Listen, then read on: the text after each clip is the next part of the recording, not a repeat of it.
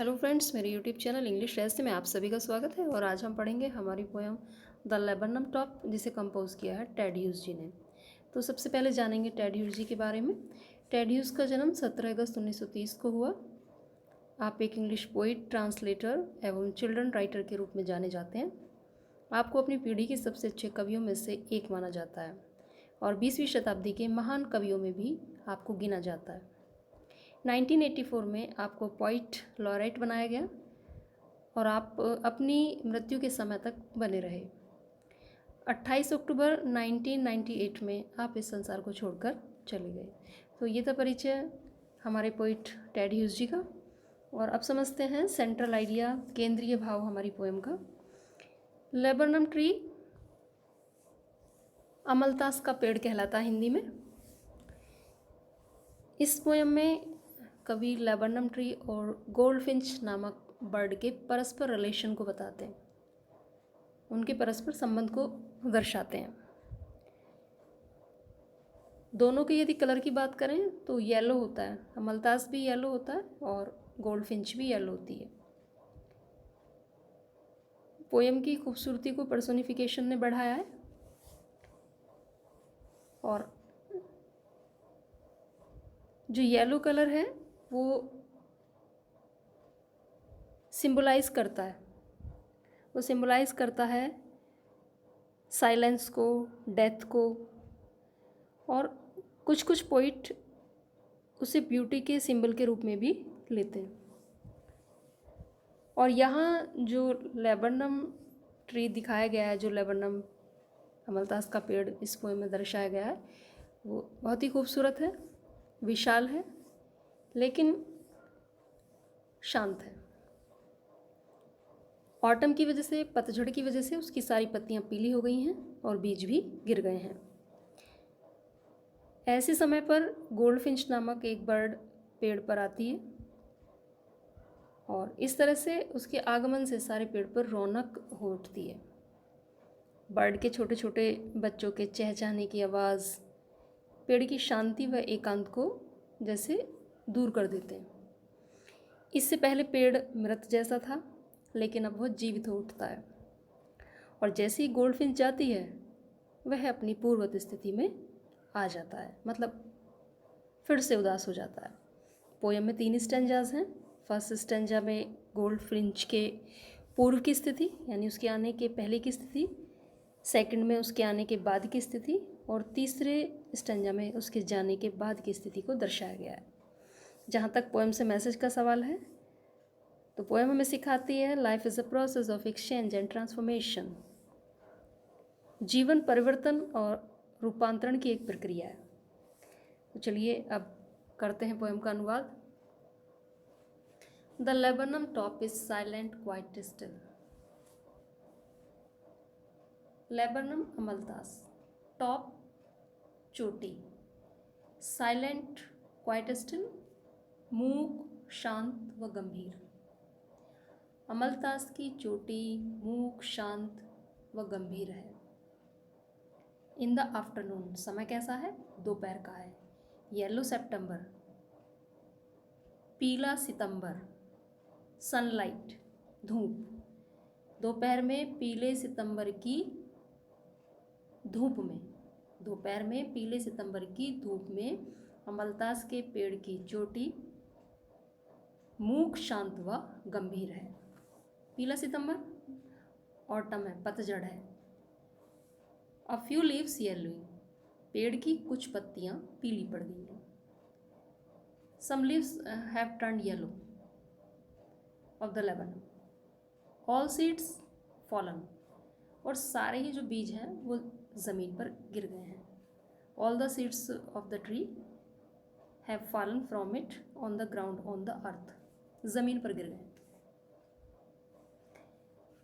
अमलतास की चोटी मूक, शांत व गंभीर है। दोपहर में पीले सितंबर की धूप में पेड़ की कुछ पत्तियां पीली पड़ गई हैं और इसके सारे बीज गिर गए हैं। तो ये है हमारा फर्स्ट स्टेंजा, जिसमें गोल्डफिंच के आने से पहले की स्थिति को दर्शाया गया है। till the goldfinch comes with the twitching chirrup. Twitching, sudden jerk movement. Chirrup, high pitched sound of chirping. High pitched sound of chirping. ये स्थिति तब तक बनी रहती है पेड़ की जब तक कि गोल्डफिंच नामक एक पक्षी उस पर नहीं आ जाता। अपने पंखों की तेज फड़फड़ाहट को लिए हुए, चहचहाहट को लिए हुए, यानी गोल्डफिंच नामक पक्षी आता है और अपने पंखों को फड़फड़ाता है और चहचहाता है। उसके बाद क्या परिवर्तन होता है?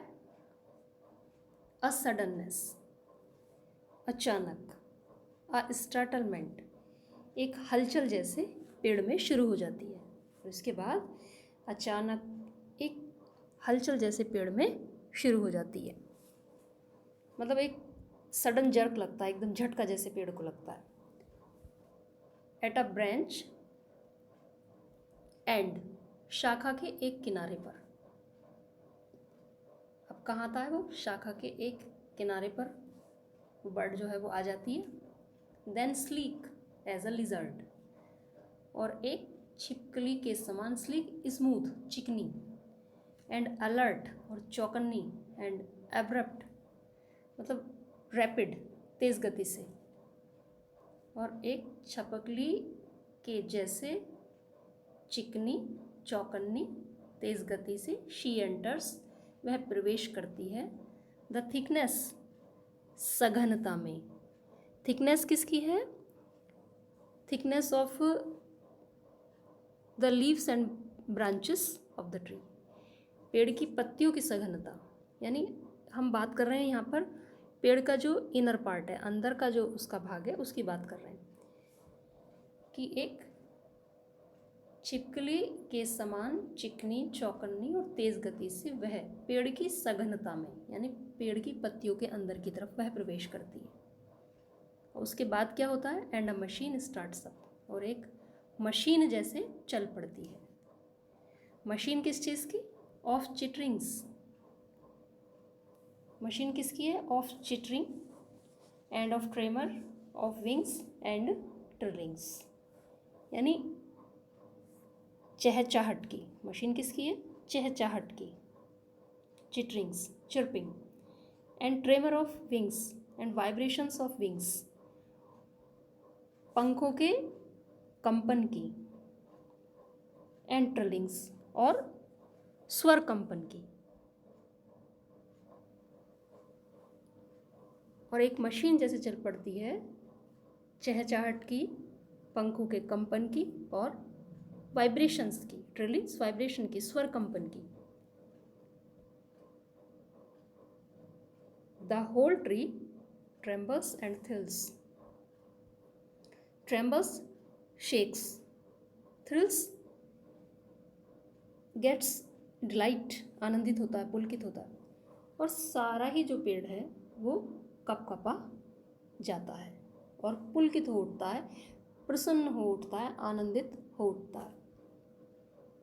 जैसे ही ये परिवर्तन गोल्डफिंच की वजह से आता है तो पेड़ अच्छा महसूस करता है कि जो बर्ड है वो जब पेड़ के एक किनारे पर आती है, एक शाखा के एक किनारे को आती है, तो एक छिपकली के समान चिकनी, चौकन्नी, तेज गति से पेड़ की सघनता में, यानी पेड़ की घनी पत्तियों में प्रवेश करती है और एक मशीन चल पड़ती है।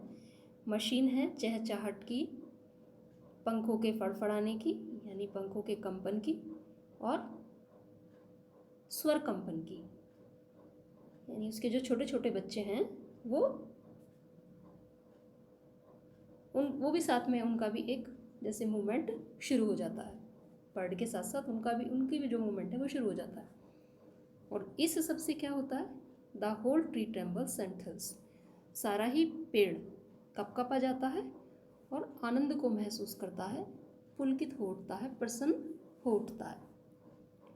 After that it is the engine of her family. Bird क्या है? वो अपने परिवार का इंजन है। इंजन क्या करता है? इंजन किसी भी मशीन को सपोर्ट करता है, उसे फ्यूल देता है, उसे ईंधन देता है ताकि वो चले। तो ऐसे ही जो बर्ड है गोल्ड फिंच अपने छोटे छोटे बच्चों को उन्हें फीड कराती है, उन्हें सपोर्ट करती है, उनका पालन पोषण करती है। इसलिए वो इंजन है और उसके जो बर्ड्स हैं, जो उसके जो छोटे यंग वंस हैं, वो मशीन उनके लिए कहा गया है, उनको मशीन कहा गया है। It is the engine of her family. जो बर्ड है वो अपने परिवार के लिए एक तरह से इंजन का काम करती है।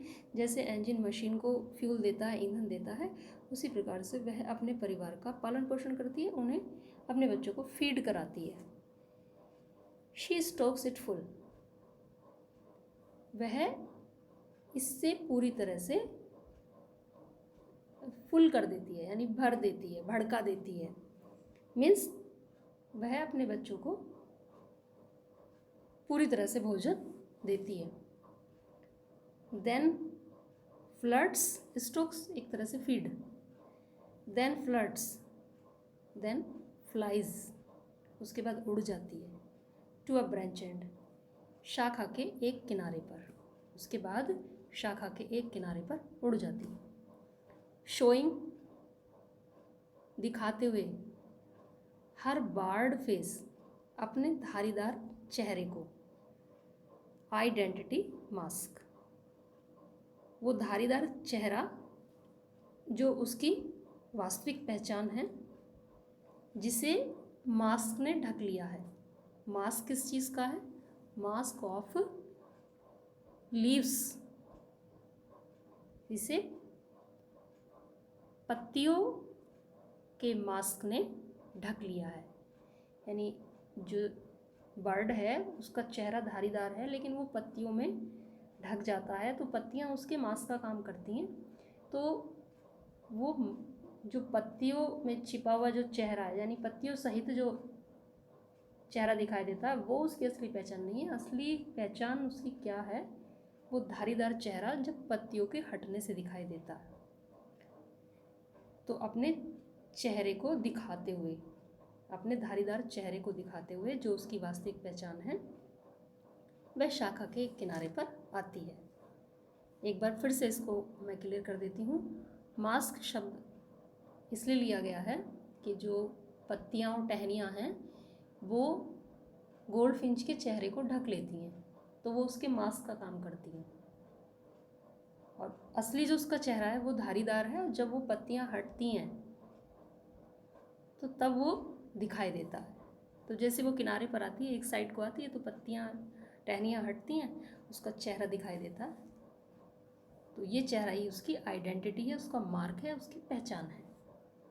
देन उसके बाद इरी, स्ट्रेंज, विचित्र, डेलिकेट, कोमल, उसके बाद विचित्र लेकिन कोमल,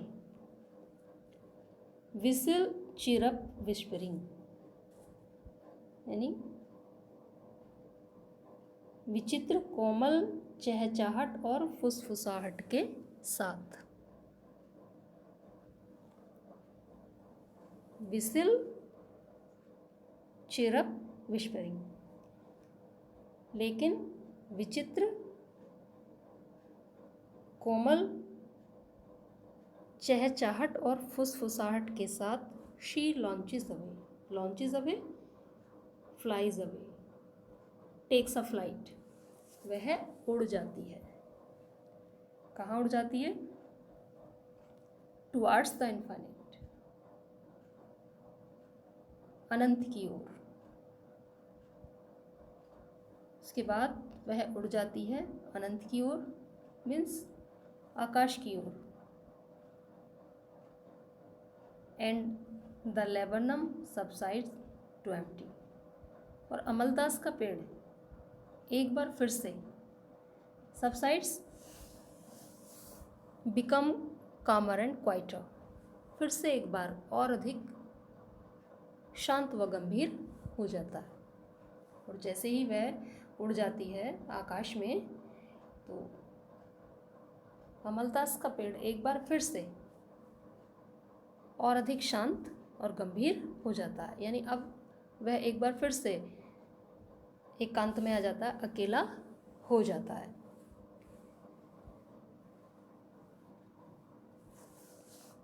बड़ी खूबसूरत सी पोएम है, समझ आई होगी आपको और उम्मीद करती हूँ अच्छी भी लगी होगी। मैसेज एक बार फिर से देखेंगे। शुरू में भी हमने किया था, क्या सीखा हमने? Life is a process of exchange and transformation, यानी जीवन परिवर्तन और रूपांतरण का नाम है और हमें इसे स्वीकारना भी चाहिए, तभी जीवन में आगे बढ़ेंगे वरना रुक जाएंगे। Thanks a lot. Like, comment and share, and don't forget to subscribe my channel for the notifications of new videos.